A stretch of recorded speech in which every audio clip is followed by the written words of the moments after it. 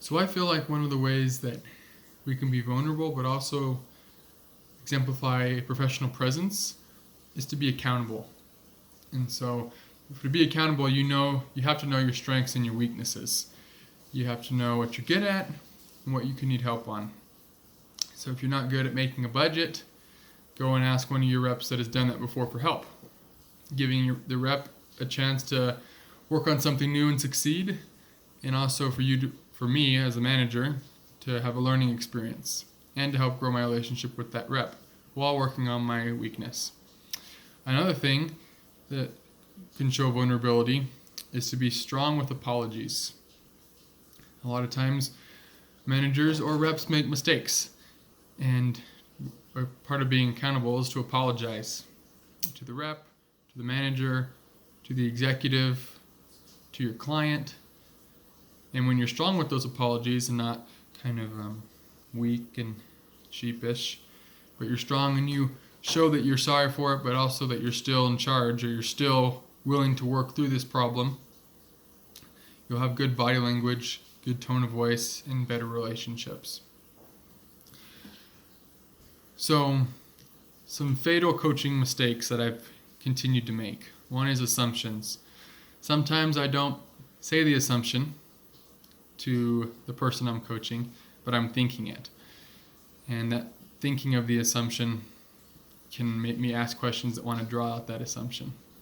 Not the worst one, but it can be pretty bad if I'm assuming the wrong thing that this person needs to work on, and this person needs to work on something way different.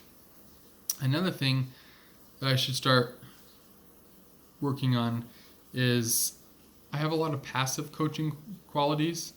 So for example, I think about me, even though the coaching is not for me, I think I don't want to do this. I don't want them to think of me like this. If I do this, this might happen to me. I don't want to think like that. And I know when I think like that, the person I'm coaching is not getting the most out of this coaching session as they could.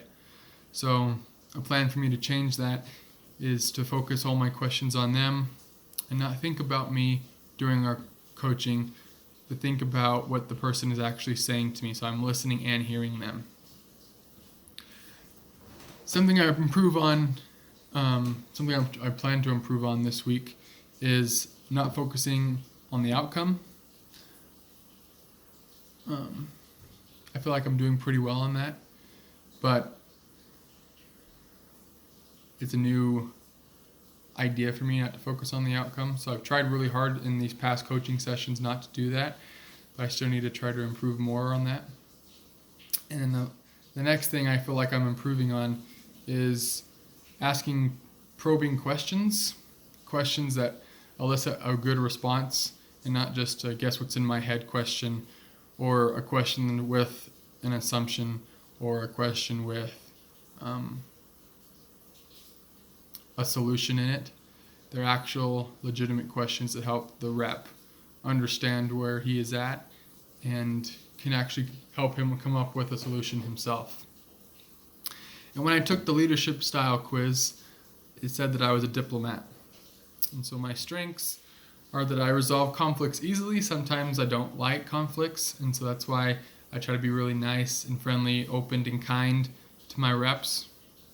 I build deep personal bonds with people, which lead to a culture of unity.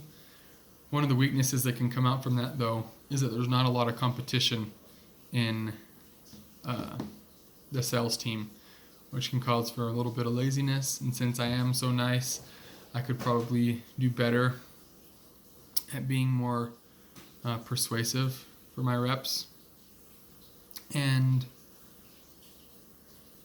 being too nice doesn't always work, even though being friendly is a good thing.